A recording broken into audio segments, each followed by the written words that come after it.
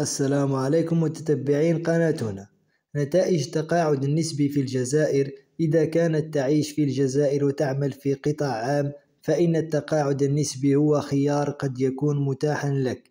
عندما تصل إلى سن التقاعد محدد، يتاح لك التقاعد النسبي فرصة للتقاعد من العمل بنسبة معينة من الراتب السنوي، مع الحفاظ على بعض الامتيازات والفوائد التي يمتلكها الموظف الناشط.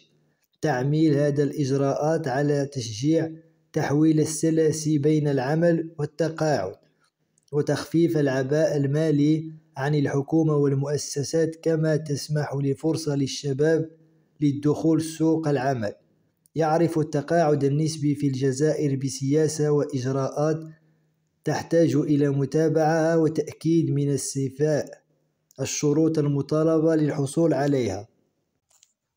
شروط التقاعد النسبي في الجزائر. هناك مجموعة من الشروط يجب توفيرها للحصول على التقاعد النسبي في الجزائر.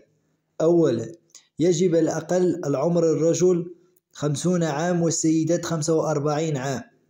ثانيا، أن يكون المتقدم قدم 15 عام على الأقل في خدمات الوظيفة. ثالثا، تقديم جميع المستندات التي تثبت صحة جميع البيانات الشخصية للمتقاعدين.